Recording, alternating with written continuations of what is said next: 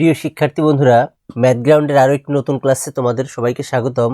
আজকে আমরা মুনাফা অধ্যায়ের অনুশীলনী 2.1 এর 16, 17 এবং 18 নম্বর প্রশ্নের সমাধান করব। তো চলো আমরা সমাধানটা শুরু করি। তো 16 নম্বর প্রশ্নে কি বলছে দেখো, একই হার মুনাফায় কোনো আসল 6 বছরে মুনাফা আসলে দ্বিগুণ হলে কত বছরে তা মুনাফা আসলে 3 গুণ হবে?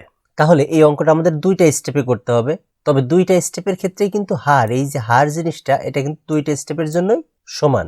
এখন আমরা প্রথম স্টেপে আমরা এই মুনাফার হারটা বের করি আগে, তারপরে আমরা দ্বিতীয় স্টেপের কাজটা করব। তো চলো আমরা লিখে ফেলি এখানে কি কি আছে। একই হার মুনাফায় কোনো আসল, এখানে আমার আসলটা নির্দিষ্ট করে দেয়া নাই, তাহলে আসলটা আমাদের ধরে নিতে হবে। তো প্রথম ক্ষেত্রে আমরা ধরি আসল পি সমান এক্স টাকা। দেখো এখানে এভাবেও লেখা যায় যে আসল সমান পি টাকা, কিন্তু আমি আসলে আমার সবগুলো অঙ্কের ক্ষেত্রেই আসলে তো আমরা একটা নির্দিষ্ট অক্ষর দিয়ে এটাকে আমরা চিহ্নিত করছি যে পি, অর্থাৎ প্রিন্সিপাল অ্যামাউন্ট। তো সেটাকে আমি আসলে ধরার হিসাবে রাখি নাই, আমি আমার মতো করছি যে পি সমান এক্স টাকা।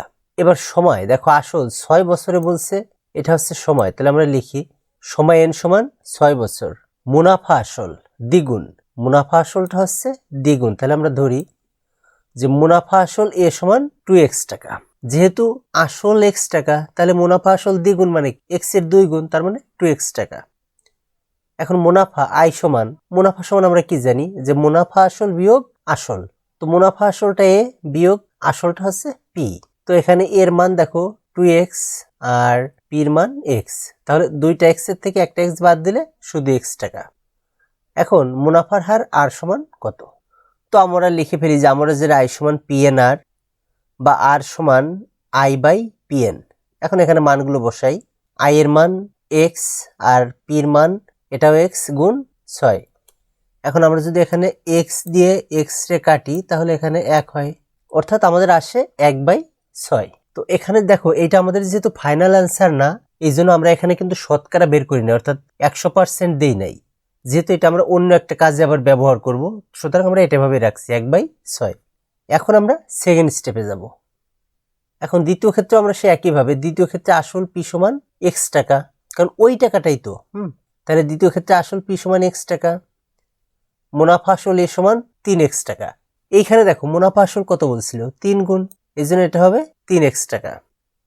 অতএব মুনাফা আই সমান 3x এর থেকে x বাদ দিলে 2x টাকা।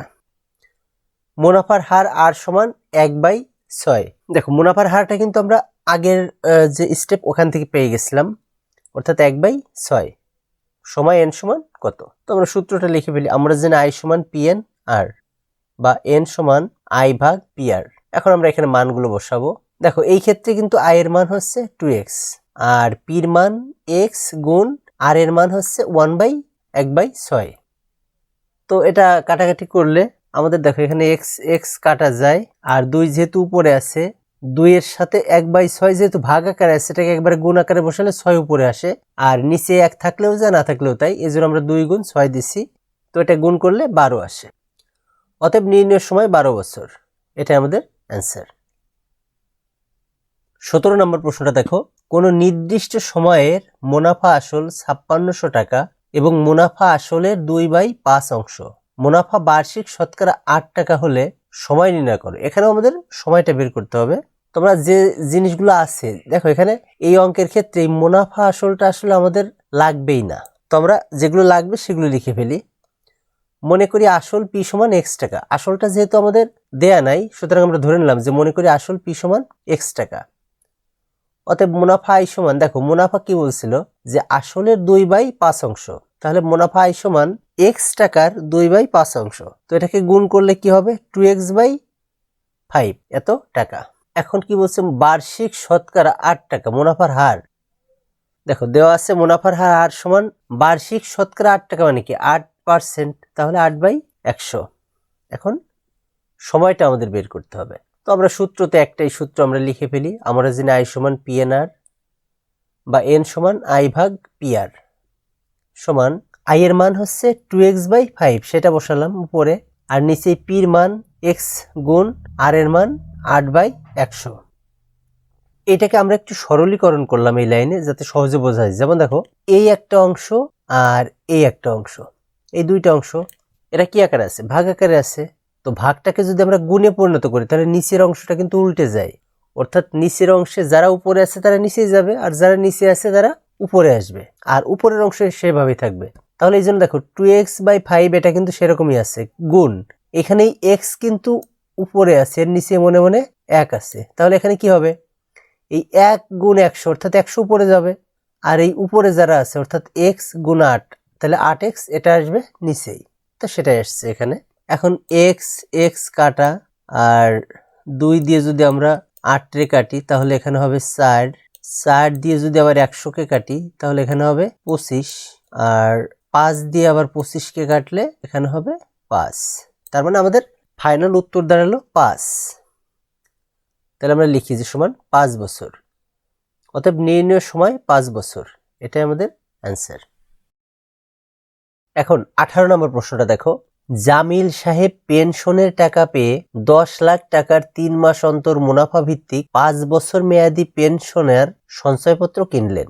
বার্ষিক মুনাফা 12% হলে তিনি প্রথম কিস্তিতে অর্থাৎ প্রথম 3 মাস পর কত মুনাফা পাবেন? দেখো শিক্ষার্থী বন্ধুরা, এখানে আমাদের বিষয় হচ্ছে যে এখানে আমাদের মানগুলো খুঁজে বের করলে আমাদের কিন্তু সূত্র একটাই, অর্থাৎ আই সমান পিএনআর। এখন এই আই সমান পিএনআর এর যে উপাদানগুলো, এই উপাদানগুলো অঙ্ক থেকে আমাদের খুঁজে বের করে নিয়ে আসতে হবে। তো সেটা আমরা শুরু করি। দেখো, জামিল সাহেব পেনশনের টাকা পেয়ে 10 লাখ টাকা, তার মানে তার এটা হচ্ছে মূলধন 10 লাখ। তো আমরা লিখে ফেলি যে দেওয়া আছে আসল পি সমান 10 লক্ষ টাকা, 3 মাস অন্তর মুনাফা, অর্থাৎ তিনি মুনাফাটা পাবেন 3 মাস পর পর ভিত্তিক 5 বছর মেয়াদি, তার মানে তার এই সময়টা এখানে দেখো 5 বছর মেয়াদি পেনশনার সঞ্চয়পত্র কিনলেন, কিন্তু এইখানে কিন্তু এই 5 বছর মেয়াদি কথাটা দিয়ে আমাদের একটা কনফিউশন তৈরি করছে, এইটা আসলে আমাদের কোনো উপাদানই না।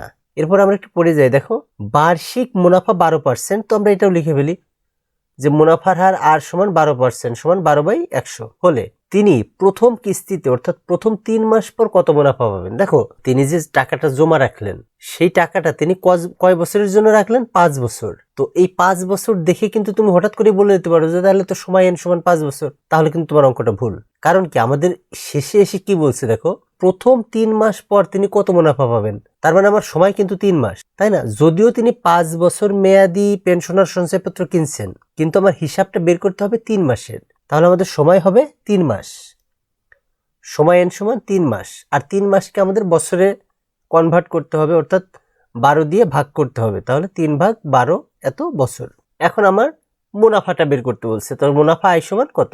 তো এখন দেখো আমাদের সবগুলো মান চলে আসছে, আমরা লিখি যে আমরা জানি আই সমান পিএন আর। তো এখানে মানগুলো বসাই, পির মান 10 লাখ গুণ এন এর মান 3/12 গুণ আর এর মান 12/100। এখানে 12 কাটা গেল, আর এখানে 2টা শূন্য আমরা যদি কেটে দেই তাহলে এখানে থাকে, দেখো এখানে আছে 10,000 আর গুণ 3, তাহলে 30,000 টাকা সমান 30,000 টাকা। অতএব তিনি মুনাফা পাবেন 30,000 টাকা, অতএব নির্ণেয় মুনাফা 30,000 টাকা, এটা আমাদের অ্যান্সার।